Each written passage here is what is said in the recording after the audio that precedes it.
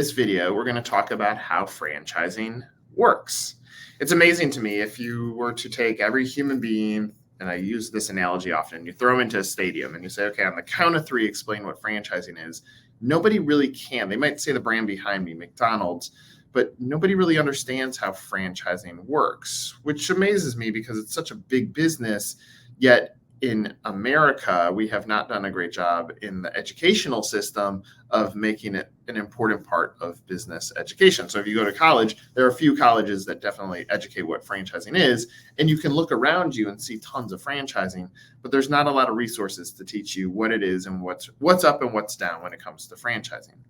So as a franchisee, which that's what I assume you're looking to become, or you're a supplier or franchisor and just watching to learn more information or see how I approach franchising.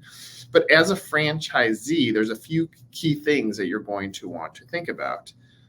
One is you're buying, in essence, a license to operate another person's or another company's business. And so there's restrictions that come alongside that. So you're going to pay this franchise fee in exchange for the rights to operate this model. And then you're going to pay an ongoing royalty. You're going to be disclosed this document called the Franchise Disclosure Document. FDD is the shortcut. And we'll talk about that in a further down our masterclass. You're going to be given this giant document that's going to tell you a lot of the insights on how the business is constructed, what is the viability of it, and does this align with you? Now, the beauty of buying a franchise is, again, you're going to be able to shortcut or jumpstart into business operations. If I decided tomorrow that I wanted to go create a pool service company, I'm going to have to go build a brand. I'm going to build a website. I'm going to have to build up the marketing. I'm going to have to build up the operational model. I'm going to have to get my supply chain right. How am I going to get my chemicals and everything else that I'm going to need to operate my pool service business? And I'm going to have to figure out employee models. I'm going to have to figure out my competition. So there's all this stuff that you have to figure out. So in exchange for paying this franchise fee, you're skipping ahead. In exchange for paying this royalty, you're able to continuously operate within that system. Now, a few things that I want you to know on how franchising works as you're getting to this entry point. In today's world, 2024 world, there's a few things you need to know. So you've landed on this Masterclass. Maybe you've picked a category, maybe you've not. But I would always recommend start with how much money you have. Not the passion side yet. Let's figure out how much money you have. And a back of the napkin, rule could be 20% down is what you're going to need from a cash standpoint. And then you can use lenders or banks or whoever else. And there's tons of financing resources within franchising, which if you Google 1851 franchise, lenders or loan support or how to secure a loan, you'll get additional resources for how to do so. So you have this money that you've set aside. Now you need to figure out, what do you want to buy?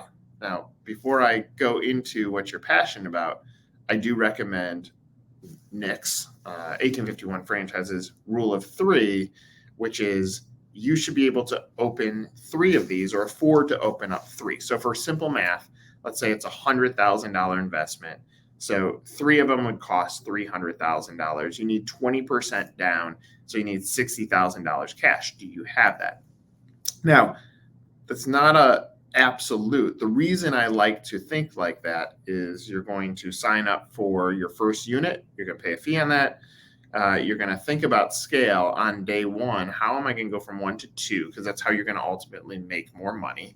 And then how do you go from 2 to 3?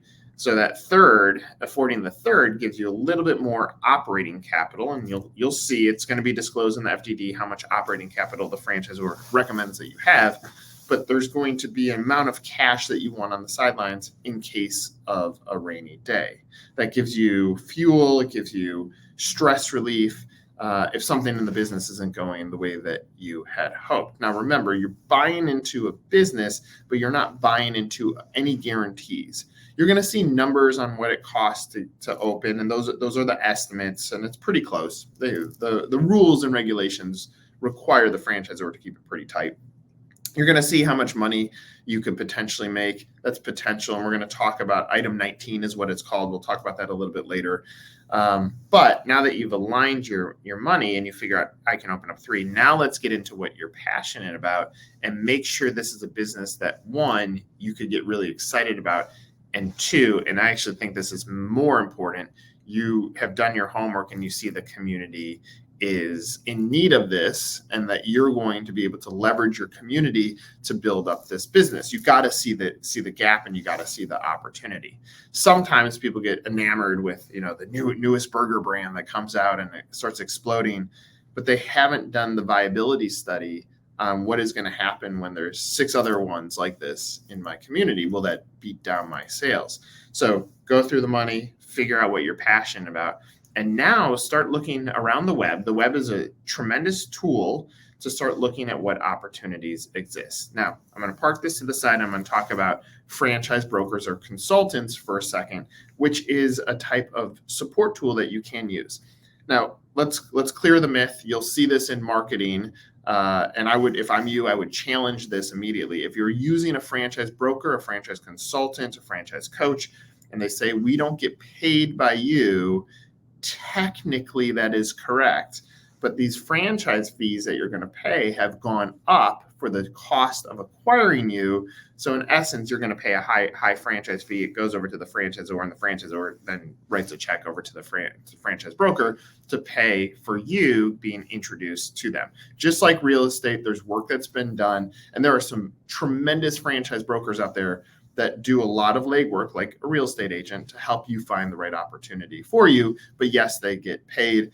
Yes, the franchisor has to pay them. And yes, the franchisor wants to find you because they want to continue to grow their franchise. So that gives you an essence into how franchising works. Now, there's tons of franchises out there. We'll talk about throughout this masterclass, do we look at emerging brands, which are, call it less than 50 units, or do we look at more established brands? More established brands have limited or less available territory, so it might be tougher to scale within those businesses. We'll get into that, but hopefully this gives you a sense into at least the basics of how franchising works. Next up, we're going to define the what's and the whys. Coming up next.